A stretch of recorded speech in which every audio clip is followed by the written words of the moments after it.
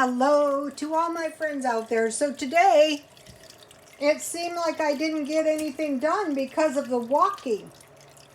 I hope everyone is doing okay, and I want to thank the person who was praying for me that lit a great big candle for me. Back when I was trying to quit the caffeine in the first place, and so what I was able to do is I was able to weaken the habit, and so it's not that painful at this time to quit as it was. And I knew from that time on that the habit had pretty much been weakened so that I was going to be able to quit. So now I'm drinking chamomile tea, you know, no caffeine, herbal tea. So I posted a video for you guys to see on Twitter, Backstreet Boys, I Want It That Way. But in the song, you know, it's that away. And so I really love that song, and I like to listen to it while I'm cleaning.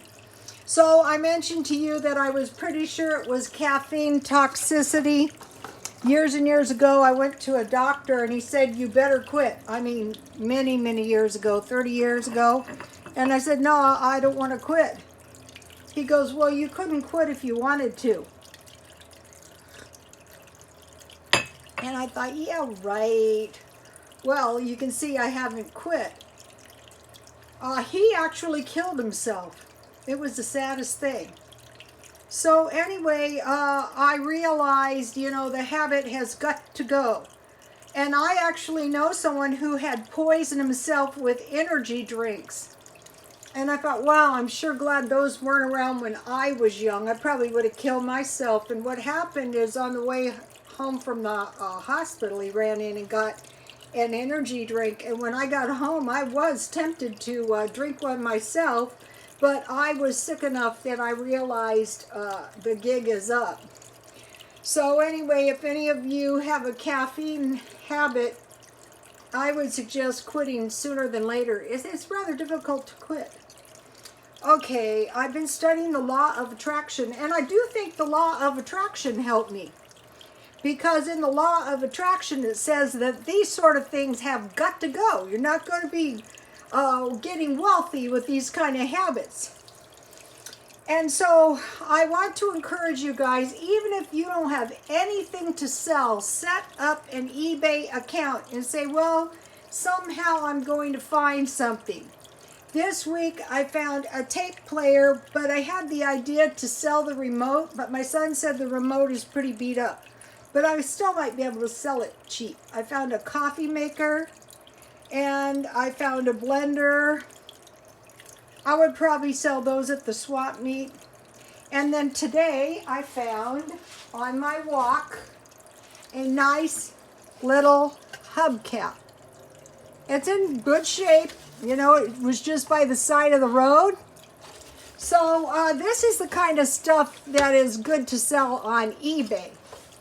So I will sell that eventually, maybe on eBay.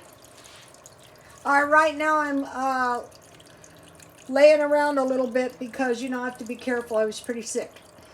So I had mentioned to you guys that when I got sick, it was discovered that I didn't have my Kaiser, that Medicare Part B. I had this Medicare now that I didn't know. And the lady told me you have 30 days to fix it, so I'm fixing it. And so what happened was when I called in to fix it, the lady asked if I had any food. And what I had been doing is I had been stockpiling food, 1 or 2 cans here and there, so I had a stockpile of food. Thank heavens. So I wasn't foodless, but I wanted to mention something. You know, today I bought this Raisin Bran cereal. If you go this way, it gives you a little fruit. One of the things poor people are apt to run out of is fruit. So if you buy your cereals with some kind of fruit, then at least you're going to have a little fruit, and hopefully you have some powdered milk, or I prefer evaporated milk. I think it's a little bit more expensive. So, at the time, you know, when I called about my reduction in the Social Security, they said that I was eligible for food stamps and EBT. So what that means is that I probably won't have to spend any money on food. So that is probably going to save me at least $125. And somebody asked me, am I going to show you guys what I get? Yes, I am going to show you guys what I get. When I took my friend, she lives in El Cajon City, and they like you to go where you live. So they're sending me the information. So I wanted to mention about the drastically reduced food. When you buy drastically reduced food, you're going to get at least 2 times as much food, and you're going to be in much less danger of running out. And one of the things I've been doing, and you guys have seen me do it, is I buy extreme cheap meat. Hot dogs. Those are extremely cheap. I eat those once in a while. I like hot dogs and fries, or hot dogs with a can of chili. I like hot dogs with rice. You know, just hot dogs. I usually get rice with sugar and milk. Lunch meat, that's cheap. I had that today and it tasted very good. And then you can substitute cheese, eggs, milk, and yogurt for some of your meat. Chorizo is really cheap, and you can make a really good burrito or really good Mexicali refried beans. Bacon, I get it on sale. A sausage, pork sausage, chicken, and then marked down meat. Pamela McKenzie had a good one. It was sweet potatoes with beef broth, onion, and lamb. And I go, oh, that's a good one, because I can get lamb reduced a lot. And then I wanted to mention one thing. One of the people that I subscribe to, Adapt 2030, said, and I agree with this totally, get bleach, rubbing alcohol, the 91% would be the way to go. Antibacterial hand soap. Remember when they were telling us not to get the antibacterial hand soap? And laundry soap. So I will be stocking up as much as I can on those kind of things.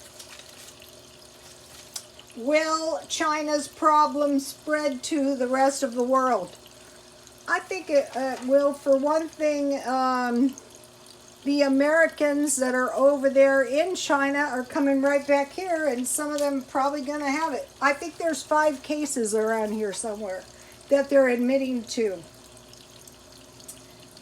And let's see.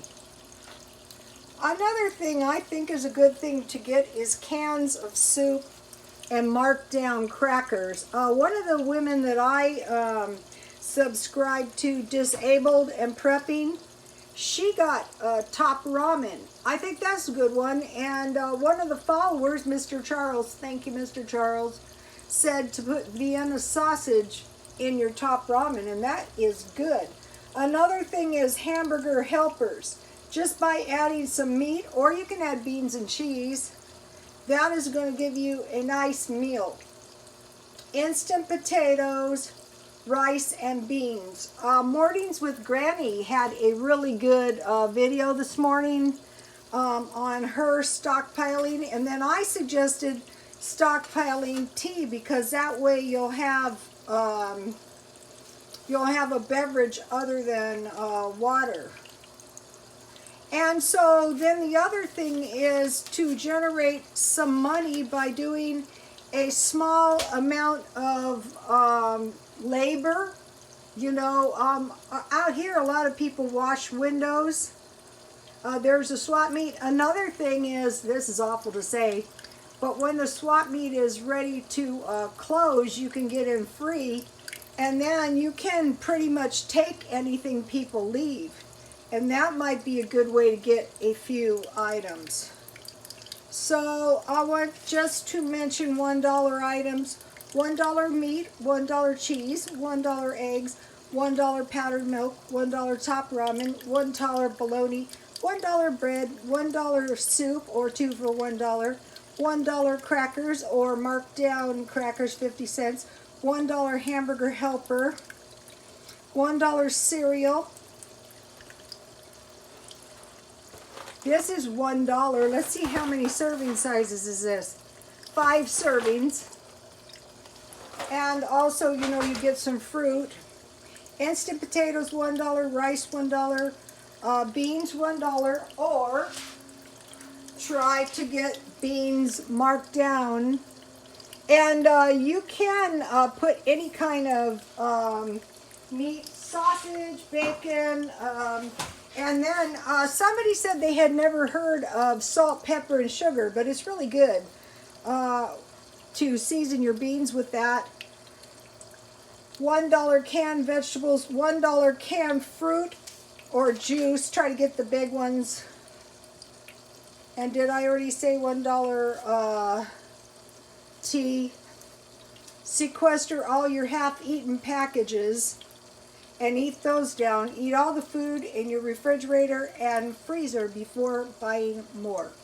Okay, you guys, please like, comment, and subscribe, and God bless you all.